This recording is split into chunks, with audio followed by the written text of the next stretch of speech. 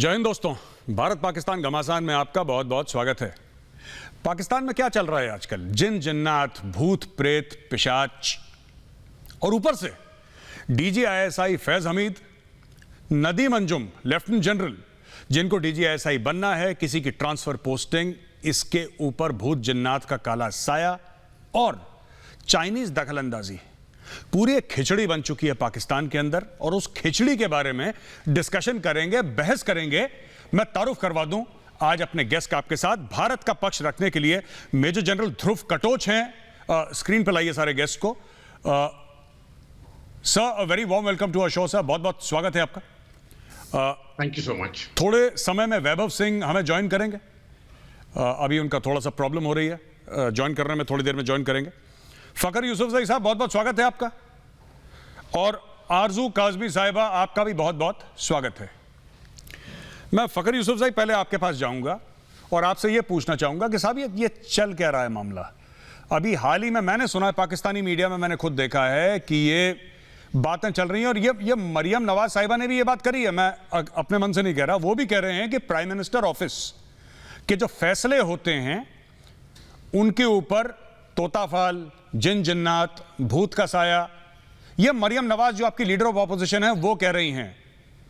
उनकी स्पीच है on record sir, आपने भी सुनी, मैंने भी सुनी, पूरे पाकिस्तान ने सुनी है। ये मामला क्या है फकर साहब? बिल्कुल। सबसे पहले thank you very much major साहब फॉर इनवाइटिंग। बात यह कि इस वक्त हमारी ये वाली जो स्पेशली हुकूमत चल रही है इमरान खान साहब की, तो ये इसी तरीके से चल रही है। जब इमरान खान साहब को कहा जाता है कि आपने इस्लामाबाद से लाहौर ट्रेवल नहीं करना, सिक्योरिटी वाले कहते तो चले बात समझ में आती है, उनका काम ये है। लेकिन जब कहीं और से ये बात आती है कि आपने ये ट्रेवल नहीं करना, किसी के फ्यूनरल पे नहीं जाना, ओवर द सी ट्रेवल नहीं करना, तो ये सारी चीजें उसको बिल्कुल वो फॉलो करते हैं। और ये जो आप बात कर रहे हैं मरियम नवाज साहिबा की, तो यहां तक मुझे कुछ मतलब लोग बता रहे थे कि इमरान खान साहब को ये बताया गया कि जनरल फैज हमीद साहब को आपने रखना है और दिसंबर तक आप उनको जो है एज ए DGISI रखेंगे तो आपकी हुकूमत बच जाएगी, वरना आपको नुकसान हो सकता है। तो वो इस वजह से उन्होंने ऐसी सरतोड़ कोशिश की। हालांकि इन 3 सालों में कभी उन्होंने एस्टेब्लिशमेंट को कुछ भी नहीं कहा, मतलब उन्होंने कुछ भी कहा, इन्होंने बस सिर्फ ये कहा कि यस सर, और वो चीज हो जाती थी। ये पहली दफा हुआ है कि इनको दूसरी जगहों से मतलब इनके मतलब जिन्नात ने, भूतों ने, या जो भी इनके मतलब लेफ्ट राइट बैठे होंगे लोग होंगे जो इस तरह की चीजें कर रहे, तो यकीन करें कि उन्होंने कहा है कि फैज हमीद आपके लिए जरूरी है, आपकी हुकूमत के लिए जरूरी है। तो उसके ऊपर ये पहली दफा इसने मतलब ISPR के नोटिफिकेशन को मैं कहूंगा एक किस्म का चैलेंज किया, और वो किसी पाकिस्तानी अवाम के लिए नहीं चैलेंज किया इसने अपनी कुर्सी के लिए और अपनी जात के लिए क्या किया है। और भूतों और जिनों के मतलब तरफ से इनको बताया गया, जो भी कहता है इनको, कि भाई अगर ये रहेंगे तो आप बच जाएंगे, अगर ये नहीं रहेंगे तो आपके लिए नुकसान होगा।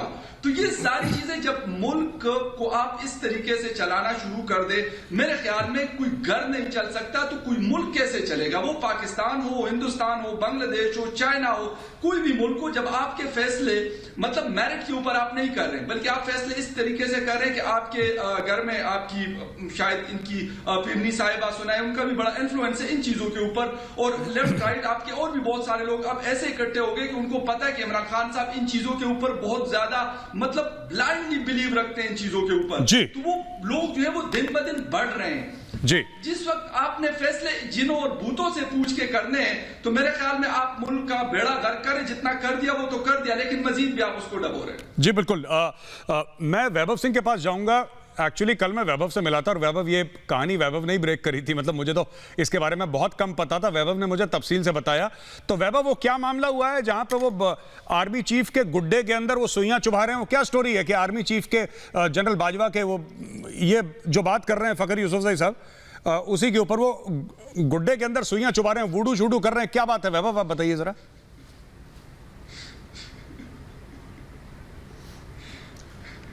देखिए, दरअसल बात यह है कि जब पिछली तनातनी जो है बाजवा और इमरान के बीच में पिछले तकरीबन 1 महीने से चल रही थी, और बाजवा ने ये बिकॉज अभी तक जितनी भी ये गवर्नमेंट चली है, बाजवा ने जो भी ऑर्डर्स दिए हैं, बाजवा के जो भी हुक्म रहे हैं, उसके ऊपर कभी किसी ने ऑब्जेक्शन किया नहीं है, इंक्लूडिंग इमरान खान। क्योंकि जो इंटरव्यू लेने वाले हैं उनको ये मालूम नहीं था कि कभी हमको भी इंटरव्यू देना पड़ेगा, और जिसका इंटरव्यू लेके हमने वजीर आज़म बनाया है वो हमारा इंटरव्यू मांगेगा। तो हुआ ये कि जो बुशरा बीबी हैं, इमरान खान की वाइफ, जब इन्होंने देखा कि बात हाथ से निकल रही है और बाजवा नहीं मान रहे, तो उन्होंने 5-6 बंदों को, अपने शागिर्दों को भेजा मरगला हिल्स के जंगलों में कि आप वहाँ जा करके एक गुड़िया, जो वुडू की गुड़िया होती है, उसके ऊपर टोने टोटके करके और उसके अंदर सुइयाँ चुभे, ताकि और वो जो गुड़िया थी वो जनरल बाजवा की गुड़िया। अब इनको ये बात नहीं समझ में आई कि पाकिस्तान के अंदर जो सबसे बड़े जिन हैं वो पाक फौज है। अब आप उनके खिलाफ आप इस तरह से अगर साजिशें करेंगे तो फौजियों ने पकड़ लिया उनको, उनको खबर मिली, वो उनको उठा ले गए, और फिर जब उन्होंने पकड़ा तो उन्होंने जो सुइयां चुभोने वाले थे उन्होंने कबूल किया कि हमको जनरल बाजवा ने, हमको बुशरा बीबी ने भेजा था और ये गुड़िया जनरल बाजवा की है।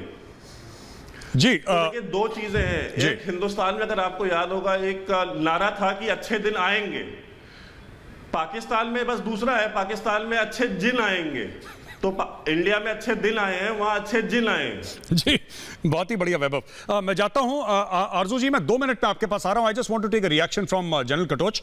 जनरल कटोच सर, एक बात बताइए, शुरू से ही इमरान खान ने वही काम करा जो पाकिस्तानी सेना ने उनको बोला।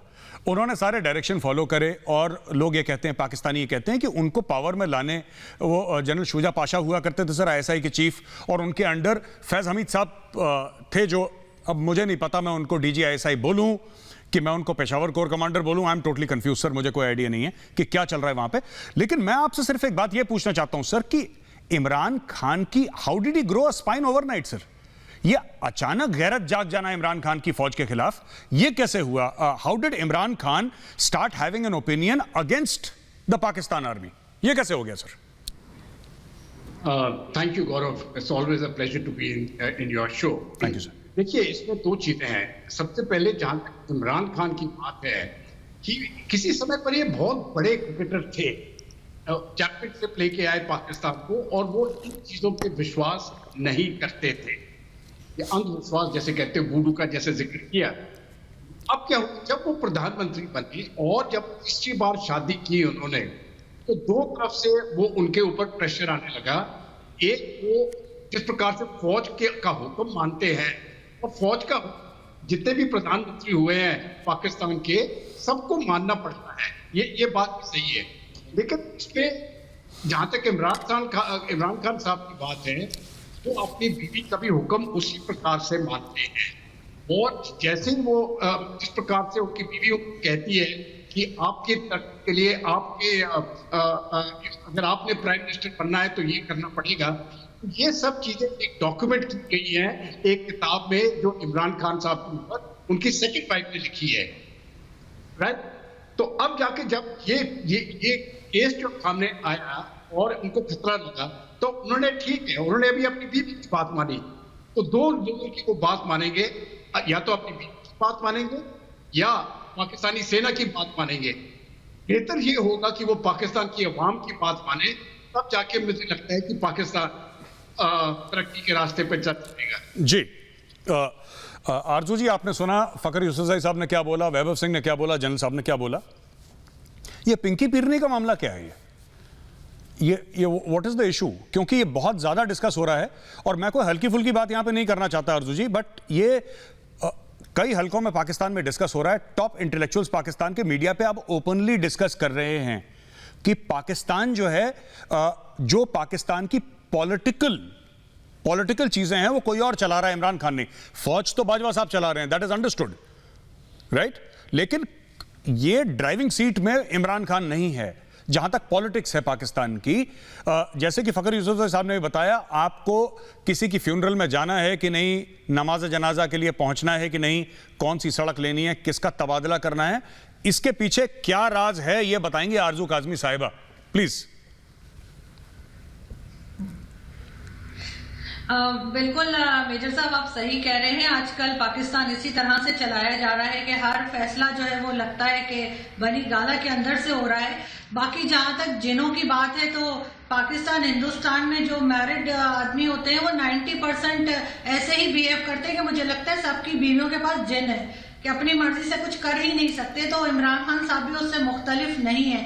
बाकी जितने लोग भी आर्मी के खिलाफ गए, आर्मी ही लाती है यहाँ पर हर प्राइम मिनिस्टर को, और अगर उसके बाद वो आर्मी की ना सुने तो उनका वही हाल होता है जो नवाज शरीफ का हुआ, जो बेनजीर भुट्टो का हुआ, या जो जुल्फिकार अली भुट्टो का हुआ।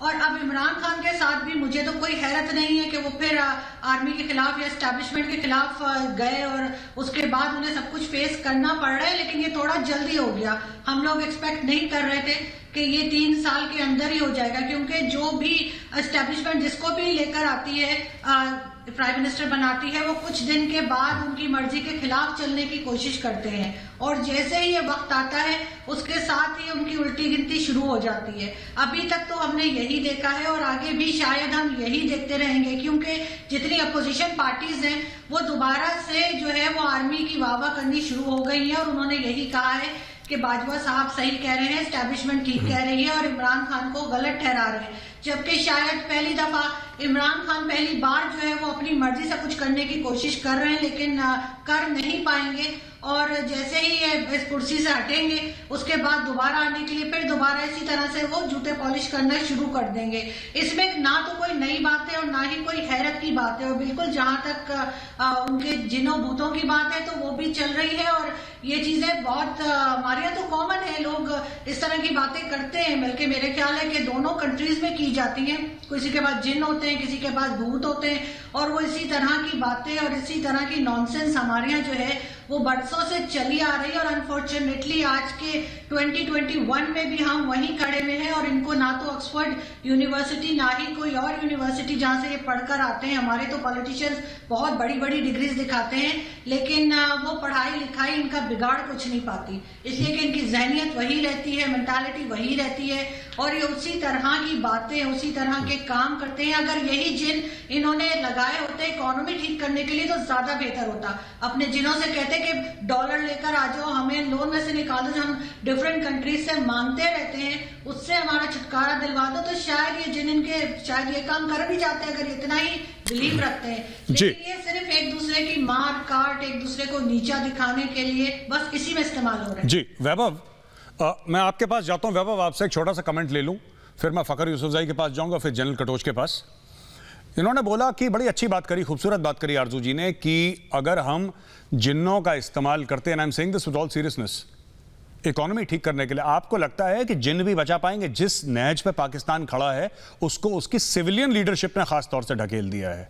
फौजी जो कर रहा है वो तो कर रहा है, सिविलियन लीडरशिप ने कौन सा जिन बचा पाएगा जिस तरीके से ये लोग काम कर रहे हैं? कराची पोर्ट इन्होंने चीनियों को दे दिया, ठीक है, अब बोला कि भैया तुम संभालो, हमारे बस का है नहीं, तो गवादर छोड़ के वो कराची पोर्ट आ गए। अब चीनियों ने, वैभव, और मेरा सवाल आपसे यह है कि चाइनीज ने इनसे दासू डैम के अटैक के एवज में जो मुआवजा मांगा है पाकिस्तानियों से, आई थिंक 35 या 38 मिलियन डॉलर्स का मुआवजा मांगा है पाकिस्तान को, अपने sweeter than honey, higher than Himalayas and deeper than the oceans, जो इनका आयरन ब्रदर है, उसको पैसे देने अब उल्टे। वैभव सिंह, देखिए, ये किताब है मैं और मेरा पाकिस्तान, ये मैंने नहीं लिखी, ये खुद इमरान खान ने लिखी है, और इसमें इमरान खान, अगर आप इसको पढ़ेंगे तो आपको जो भी देखने वाले हैं उनको मालूम चलेगा कि इमरान खान आज से जिनों और जिन्नातों के ऊपर जो है कि बैंक नहीं कर रहे हैं। वो हमेशा से जिन जिन्नातों, पीरों, फकीरों और इनके ही कहे दिशा निर्देशानुसार ये अपनी जीवन में इन्होंने खेला भी है, राजनीति भी करी है और सब कुछ करा है। देखिए, दूसरी चीज़ ये है कि ये जब आप पीर, फकीर, जिन, जिन्नात, ये पाकिस्तानी सियासत का अटूट अंग है। अगर आप पाकिस्तान मुस्लिम लीग, जो कि नवाज शरीफ की पार्टी, आप उसमें देख लें तो क्या उसमें ये पीर जो है ख्वाजा साद रफ़ीक और शाह महमूद कुरैशी और ये सारे जितने भी हैं, क्या ये मंत्री नहीं रहे?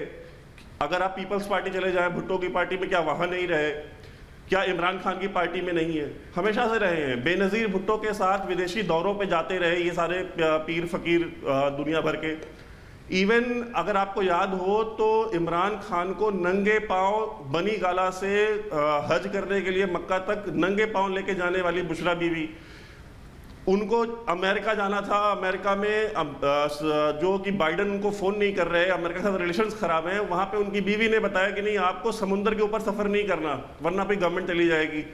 उसके बाद जब हज़ारा अपनी लाशें लेके बैठे हुए थे बलूचिस्तान के अंदर, वहां पे जाना था तो उनकी पूरा देश इंक्लूडिंग पाकिस्तान आर्मी कह रही थी कि आप चले जाएं उनसे, जो है कि आप मिल लें एक बार। वो 15 दिन से अपने बच्चों की लाशें लेके बैठे हुए हैं। तो इमरान खान नहीं गए। क्यों नहीं गए? क्योंकि बुशरा बीवी ने कह दिया था कि भाई आप अगर मैयत में जाएंगे तो हुकूमत गिर जाएगी, आप वजीर आजम नहीं रहेंगे।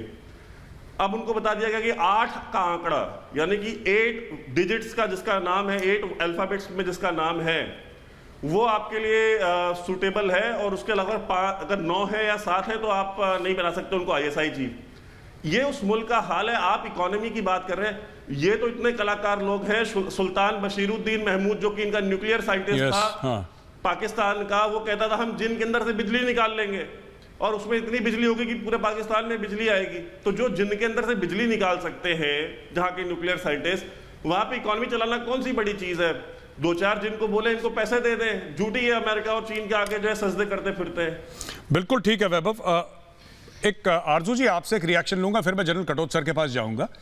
ये जो पूरा मामला चल रहा है, थोड़ा सा संजीदा बात कर लें। ये जो मामला चल रहा है ISI चीफ का, और जनरल नदीम अंजुम इधर जाएंगे और फैज हमीद साहब वहां पे जाएंगे, पेशावर 11 कोर। अब कौन कहां जाएगा मैं तो अभी टोटली कंफ्यूज हो चुका हूं, क्योंकि कोई कुछ कहता है, कोई कुछ कहता है। अभी तक इसकी पूरी तरीके से क्लैरिटी नहीं आई है।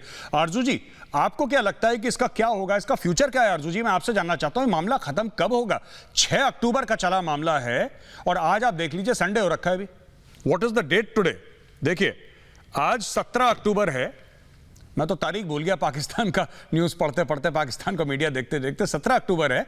आप बताइए, 11 दिन हो गए हैं, कब होगा ये मामला और कैसे सेटल होगा, ये बताइए आरजू जी।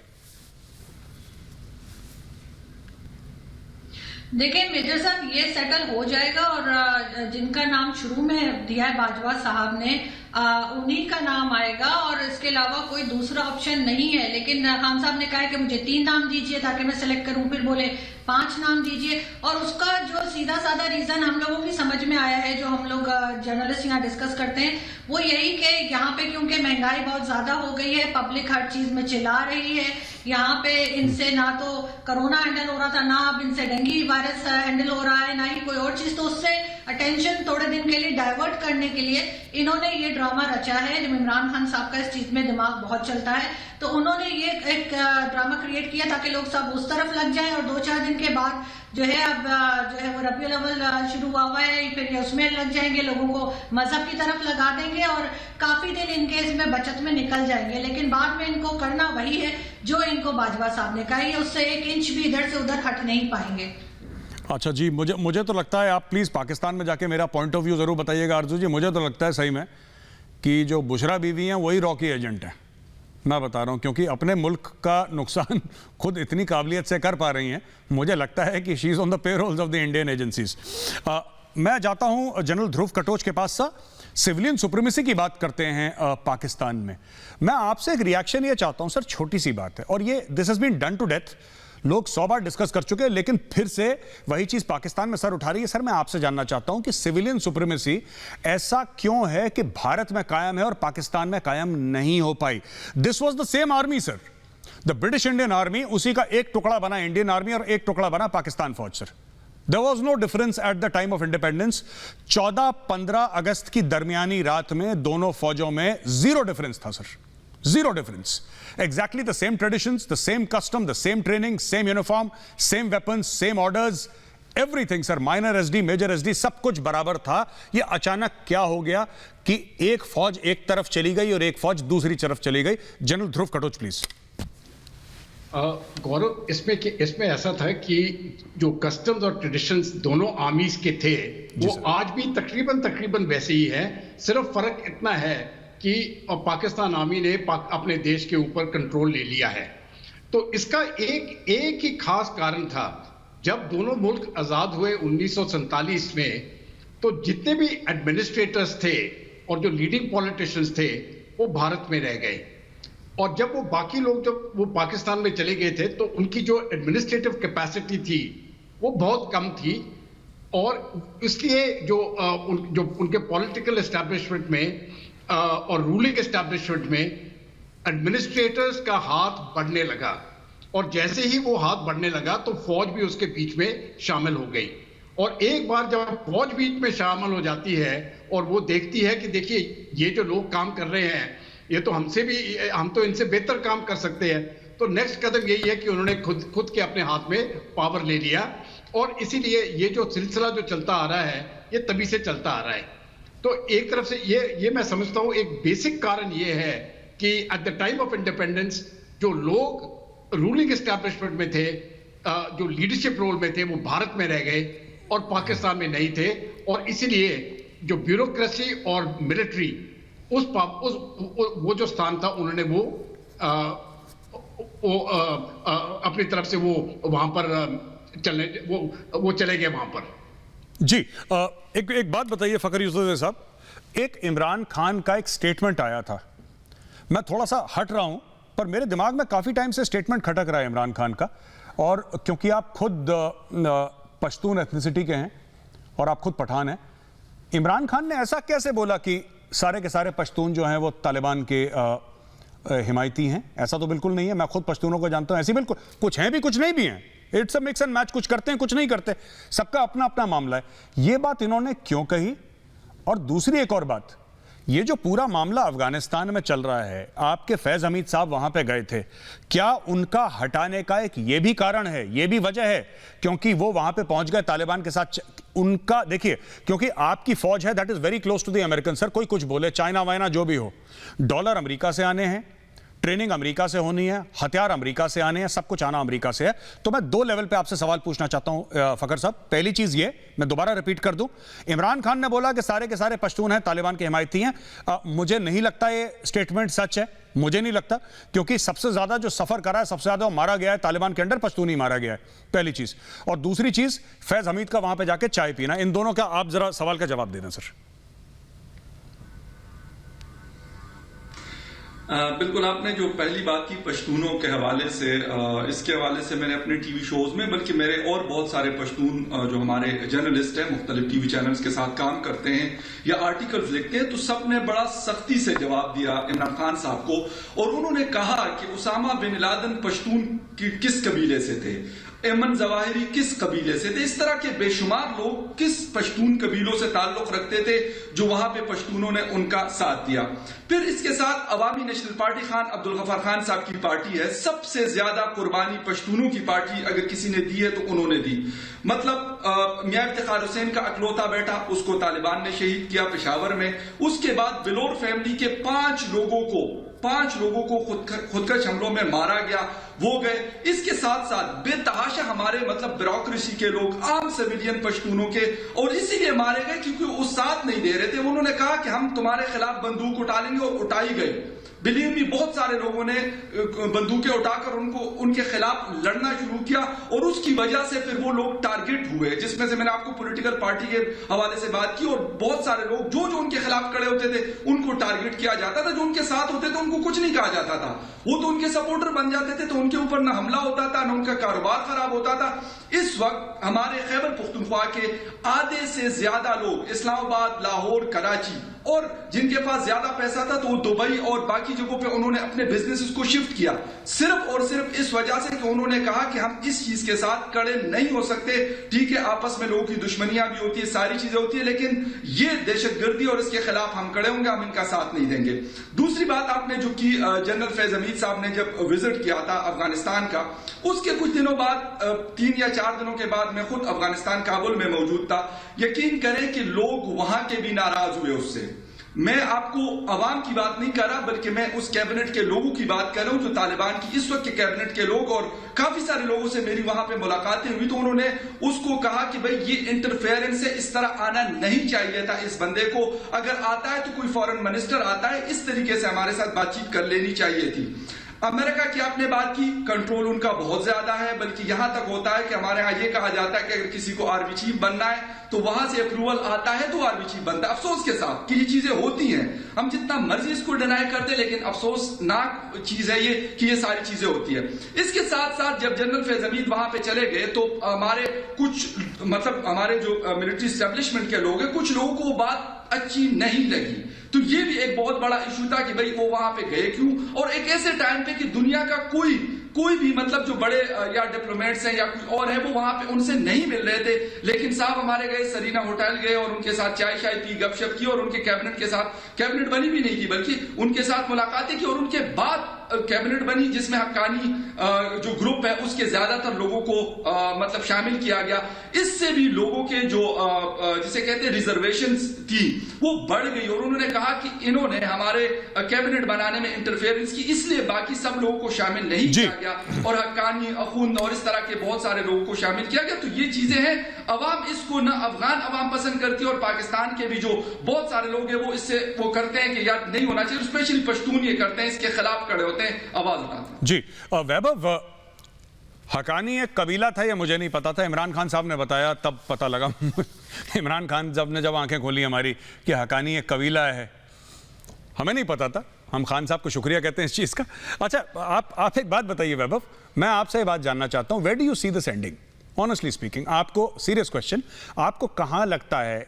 आरजू काज़मी जी साफ ये कह रही हैं कि एंडिंग वेंडिंग एक ही है इसकी, कि जो रावलपिंडी से आदेश आएगा, जो हुक्म आएगा उसी का पालन होगा, चाहे नाक आप ऐसे पकड़ें चाहे आप नाक ऐसे पकड़ें, लेकिन बाद में यही है।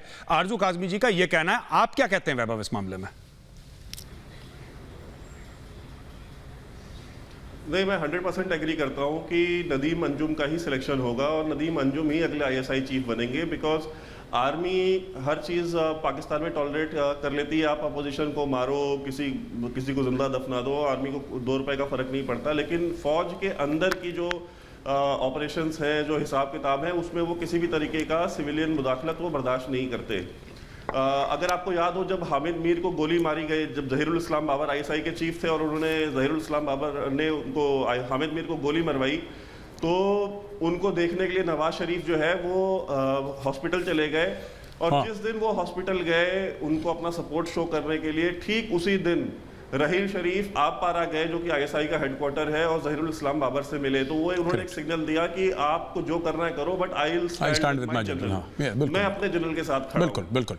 इसी तरीके से जिस दिन इमरान खान खालिद बिन वलीद और हजरत उमर के एग्जाम्पल्स दे रहे थे और बता रहे थे कि उन्होंने कोई जंग नहीं हारी और उसके बाद भी हजरत उमर ने खालिद बिन वलीद को हटा दिया था, जिस दिन वो एग्जाम्पल्स दे रहे थे, ठीक उसी दिन अपने जनरल बाजवा जो है आर्मी चीफ, वो नदीम अंजुम से मिलने जो कोर हेडक्वार्टर है कराची का, वहां पहुंचे हुए थे। तो अगर आप तारीख उठा के देखें तो जब फैसला आया जनरल मुशर्रफ के खिलाफ और कोर्ट ने कहा कि इनको जो है डी चौक पे खींच के लाया जाए और उनको वहां पे फांसी दी जाए, उस दिन उस समय के DG ISPR जो कि एक मेजर जनरल रैंक का ऑफिसर होता है, 2 स्टार जनरल, वो आकर के आसिफ गफूर साहब वो कहते हैं कि जनरल परवेज मुशर्रफ जो है, he was the professional soldier और वो एक हुब्बुल वतन सिपाही थे पाकिस्तान के, और हम इस तरह के किसी भी फैसले को नहीं मानते। तो पाकिस्तान की फौज हमेशा अपने जनरल्स के साथ खड़ी हुई है, वो किसी इमरान खान, अच्छा वैभव, या हामिद नहीं खड़ी हुई। वैभव, मैं आपसे पूछना चाहता हूं, कल आप मुझसे बात कर रहे थे, आपने मुझे बताए थे कि 3 लोगों की लिस्ट गई है इमरान खान के पास। आपने मुझे बताया था कि 3 नाम आपने मुझे बताए थे। वैभव, आपको मेरी आवाज सुनाई दे रही है? आज तक इनका एक भी मुतालबा तालिबान ने, अफगान तालिबान ने नहीं माना है। TTP से इनको मुज़ाकरात बात करने पे मजबूर किया और उसके बाद भी उनसे अफगान तालिबान ये कह रहा है कि आप TTP की शर्तों को माने। बिल्कुल से नहीं कह रहा कि आप पाकिस्तान। वैभव, मैं आपसे एक बात, ये सवाल पूछना चाहता हूं, अगर आपको मेरी आवाज सुनाई दे रही है। कल आप मुझे बता रहे थे कि 3 लोगों की लिस्ट आई है ISI चीफ की, वो 3 लोगों का नाम जरा बताइए सबके सामने। वैभव, वो कौन है 3 लोग? जी, 3 नाम जो इमरान खान साहब कह रहे थे कि 3 नाम भेजे, 3 में से एक सिलेक्ट करेंगे। एक का नाम है नदीम अंजुम, एक का नाम है नदीम A अंजुम, एक का नाम है NA अंजुम।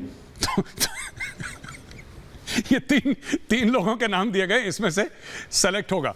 अच्छा, मैं जाते, ये वैभव ऐसे ही पाकिस्तान से ही gets news like this only. तो कल बताया था वैभव ने मुझे कि 3 नाम सेलेक्ट हुए। I'll go to general Dhruv Katoch. Sir, मुझे ऐसा लगता है कि एक और प्रॉब्लम है ISI में, और ये प्रॉब्लम है ISI में सर कि ISI looks after the external and intelligence apparatus both sir. जैसे कि इंडिया में ऐसा नहीं होता, US में ऐसा नहीं है सर, और भी मुल्कों में, और भी देशों में सर ऐसा नहीं है। एक्सटर्नल एस्पियोनाज और intelligence is looked after by one agency, और जो डोमेस्टिक होता है, अंदरूनी मामले होते हैं, वो अलग होते हैं। जैसे इंडिया में आईबी देखता है सर इंटरनल, आरएनएडब्ल्यू का कोई रोल इंटरनल नहीं है। सिमिलरली आईबी का एक्सटर्नल रोल नहीं, वो आरएनएडब्ल्यू देखेगा। तो मैं आपसे जानना चाहता हूं सर कि क्या पाकिस्तान में पॉलिटिकल मेस और आर्मी इंटरफेरेंस इसलिए भी है क्योंकि आईएसआई को आपने डिस्प्रोपोर्शनल पावर दे रखा है? General Katoch sir. देखिए गौरव, इसमें ऐसा है कि जब आपने डबल पावर दे दिया है, तो ये जो लोग हैं, जब इंटरनल इंटेलिजेंस की बात करते हैं, इनको पूरा इंफॉर्मेशन है पॉलिटिकल अथॉरिटीज का, और जो भी ब्यूरोक्रेट्स हैं, जो करप्शन केसेस हैं, जो सेक्स केसेस हैं वगैरह, सबको मिला के उनकी इंफॉर्मेशन इनके पास है। और क्योंकि उनके पास एक्सटर्नल इंटेलिजेंस है, जो ये मामले विदेश में किए जाते हैं, उनके बारे में भी इंटेलिजेंस है। तो एक तरफ से आप ये कह सकते हैं इस इंटेलिजेंस एजेंसी के पास टोटल पावर है, और यहीं पर ये ब्लैकमेल कर सकते हैं पॉलिटिकल अथॉरिटी को।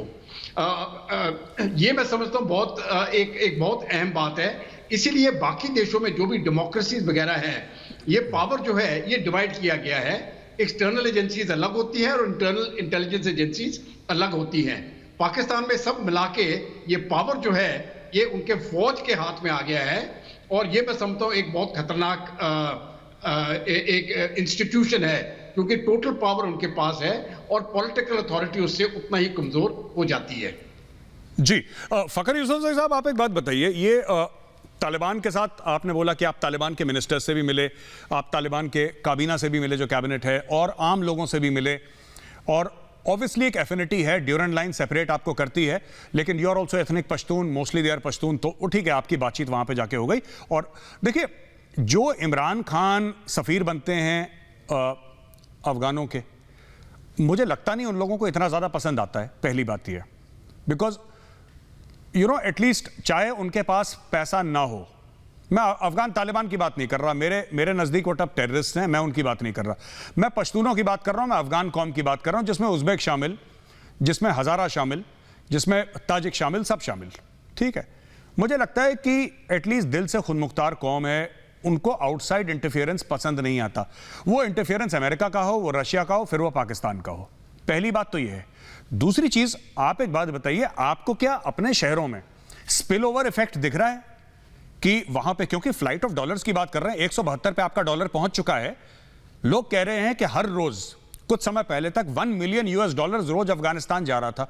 यह स्पिल ओवर इफेक्ट जब अगर आ रहा है और आपकी इकोनॉमी को डैमेज कर रहा है, आपकी सिक्योरिटी अपरेटस को डैमेज कर रहा है, तहरीक तालिबान पाकिस्तान के अटैक्स हो रहे हैं, फिर उसके बाद दखलंदाजी करने की क्या जरूरत है? आपने खुद बोला, और मैं भी आपसे अग्री करता हूं, फखर साहब, अगर भेजना था शाह महमूद कुरैशी साहब को भेजते वहां पे, आपने आईएसआई चीफ को भेजा वहां पे, तो उससे ऑब्वियसली जो पश्तून हैं, क्योंकि मैं पश्तून इसलिए बार बार कह रहा हूं क्योंकि उनकी कैबिनेट तो लार्जली पश्तून है, तो उनको तो बुरा लगना जायज सी बात है, उनको खराब लगेगा, उनको बुरा लगेगा। इस पर जरा आप अपनी राय दीजिए।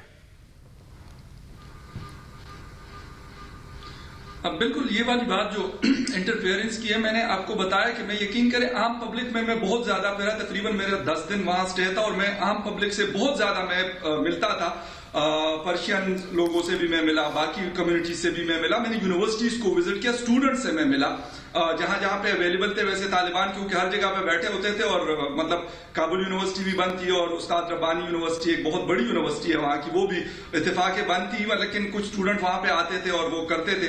कैबिनेट वालों से जब बात हुई, या उनके जो PROs वगैरह है, या बाकी लोग थे, जिन जिन लोगों से भी मेरी बात हुई, सब ने ये बात कही कि ठीक है, अगर पाकिस्तान बहुत हमारे, मतलब उनसे हमारी परेशानी है उनको, और हमारे गम में जो है वो निडाल हो रहे हैं, तो कहते ठीक है, हमें सिर्फ हेल्प करे, मतलब जिस तरह हमें मेडिसिन चाहिए, हमें फूड आइटम्स चाहिए, या इस तरह की चीजें चाहिए, कहते इसके अलावा यहां पे किसी किस्म की इंटरफेरेंस ना करें। हमारे वजीर खजाना साहब कहते हैं, शौकत तरीन साहब, की अगर इनको जरूरत हो तो हम कुछ एक्सपर्ट्स लोग वहां पे भेज दें।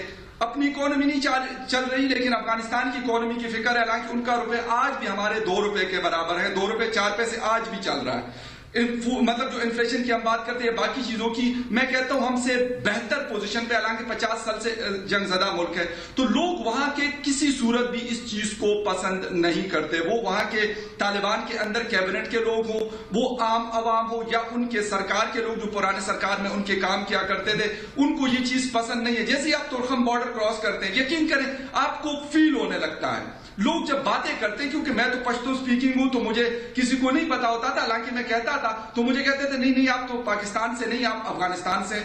मतलब वो शक्ल सूरत को देखते और इस साल मैंने उनको कहा कि नहीं यार मैं पाकिस्तान से हूं, और वो बातें करते थे, अपनी दिल की बातें करते थे। ड्राइवर्स की बात मैं कर रहा हूं, बाकी लोगों की मैं बात कर रहा हूं। क्यों कहते थे कि यार हमें अगर आप लोगों से किसी चीज की चिड़ है तो हमारे मुल्क के अंदर बेजा इंटरफेरेंस है कि वो लोग आप करते हैं, आपकी फौज करती है या आपकी हुकूमत कोशिश करती है। अशरफ गनी साहब भी इसी वजह से हमसे नाराज रहते थे, और तकरीबन अभी ये वाली जो हुकूमत है तालिबान की, ये भी हमसे नाराज है। आपने फिर बात की कि मतलब तालिबान के हवाले से, तहरीक तालिबान पाकिस्तान और इनके हवाले से। अब मुझे ये बताएं कि तहरीक तालिबान पाकिस्तान और अफगान तालिबान आपस में उनकी रिश्तेदारियां हैं, एक किस्म के वो एक ही लोग हैं, क्योंकि दोनों का एक ही मकसद था। उन्होंने कहा कि शरिया इन अफगानिस्तान, टीडीपी कहते हैं कि शरिया इन पाकिस्तान। बेसिक जो उनका पर्पस है दोनों का है कि कोई फर्क उसमें नहीं है। तो मैं कैसे कहूं कि यार वो वाले अफगानी जो अफगान तालिबान है इस वक्त जिनकी हुकूमत है, वो इन तालिबान के खिलाफ कोई कार्रवाई करेंगे? वो नहीं करेंगे। और उन्होंने ये बात कही भी है कि भाई आप मुज़ाकरात कर लें, सुलह कर लें और बस ये बात को खत्म कर दें। लेकिन पाकिस्तानी तालिबान कहते हैं कि भाई हमें तो इस तरह की सुलह करनी है, अगर आप शरिया लेके आते हैं तो तब हम करेंगे, हम वरना नहीं करेंगे। तो पाकिस्तान के पास इस वक्त जो इमरान खान साहब हो या हमारी एस्टेब्लिशमेंट हो, इनके पास कोई रास्ता नहीं है इस चीज का, क्योंकि अफगानिस्तान की जो सिचुएशन थी मजीद बिगाड़ के रख दिया। हालांकि मैं एक्सपेक्ट कर रहा था कि शायद अशरफ गनी के बाद हमारे इनके साथ ताल्लुकात थोड़े से बेहतर हो जाएंगे, लेकिन इस तरह के विजिट्स और इस तरह की बातों ने और इस तरह की बेजा इंटरफेरेंस ने हमें खराब कर दिया और हमें बैकफुट पे एक दफा फिर लेके जी। आरजू जी, मैं आपके पास जाऊंगा, फिर मैं वैभव के साथ क्लोज करूंगा। मैं आपसे पूछना चाहता हूं, $38 मिलियन का जो मामला है दासू डैम का, ठीक है, मैं जिन हमारे व्यूअर्स को नहीं पता है, दर्शकों को नहीं पता है, दासू डैम एक डैम है जहां पे चाइनीज इंजीनियर्स काम कर रहे थे। वहां पे एक सुसाइड अटैक हुआ, एक खुदकुश हमला हुआ, टेररिस्ट अटैक हुआ, आतंकी हमला जिसको कहते हैं, और वहां पे आई थिंक 9 या 10 कुछ चाइनीज इंजीनियर्स मारे गए। तो जबकि मुकम्मल तैयारी करी थी, पाकिस्तान ने 2 सिक्योरिटी डिविजन्स रेज करे थे। एक डिवीजन में तकरीबन 9 से लेकर 10,000 लोग होते हैं। तो पाकिस्तान ने 2 सिक्योरिटी डिविजन्स तैयार करे थे, लेकिन कहीं ना कहीं कुछ लैप्स हुआ, मुझे नहीं पता, सम कम्युनिकेशन गैप और सम सिक्योरिटी लैप्स, और वो चाइनीज इंजीनियर्स मारे गए। मैं आरजू जी आपसे पूछना चाहता हूं, $38 मिलियन की जो बात है, जो चाइना ने कॉम्पनसेशन मुआवजा मांगा है पाकिस्तान से, पाकिस्तान के अंदर इसके बारे में क्या बातें चल रही हैं? क्या आप लोग देंगे मुआवजा कि नहीं देंगे, कि आप लोग बात करेंगे चीन से कि साहब ऐसे सबके सामने मत करिए, क्योंकि चाइना ने खुला मांग लिया सबके सामने? इसके बारे में जरा बताइए आरजू जी। बिल्कुल मेजर साहब, मेरे ख्याल है चाइना से बात करेंगे, क्योंकि जो हमारी इकोनॉमी की हालत है, तो हमारे पास तो ये पैसे है नहीं। अब या तो जैसे हमने एक बार, आपको याद होगा कि सऊदी अरब अपने पैसे वापस मांग रहा था, तो चाइना से लेके सऊदी अरब को दे दिए थे। अब कोई दूसरी जुगाड़ लगाएंगे, कोई और हमें कंट्री ऐसी मिल जाए जो हमें ये फंड दे दे, तो हम चाइना को दे दें। लेकिन होना यही है कि चाइना को जाके कुछ समझाया बुझाया जाएगा और बताया जाएगा कि वो चीज मांगो जो हमारे पास है। अगर हमारे पास फंड्स है ही नहीं तो हम कहां से देंगे? $38 मिलियन मतलब कोई मजाक तो नहीं होता। और पाकिस्तान की जो भी हालत है, हमारे जो फाइनेंस मिनिस्टर हैं वो IMF के पास बात करने के लिए गए हुए हैं, तो वो तो अपनी मुल्क चलाने के लिए पैसे जमा कर रहे हैं, तो हम चाइना को कहां से देंगे? जी बिल्कुल। आरजू जी, मैं माफी चाहूंगा, मैं आपको बीच में इंटरप्ट कर रहा हूं। डायरेक्टर साहब पीछे से कह रहे हैं कि वक्त पूरा खत्म हो चुका है। आप सब लोगों का बहुत बहुत धन्यवाद। दोस्तों, आपने देखा भारत पाकिस्तान घमासान। अगले हफ्ते इसी वक्त हमारे साथ जुड़िएगा कुछ और खास मेहमानों के साथ। तब तक मेरी टीम जो कि स्टूडियो में है, उसकी तरफ से, मेरी तरफ से आप सबको जय हिंद।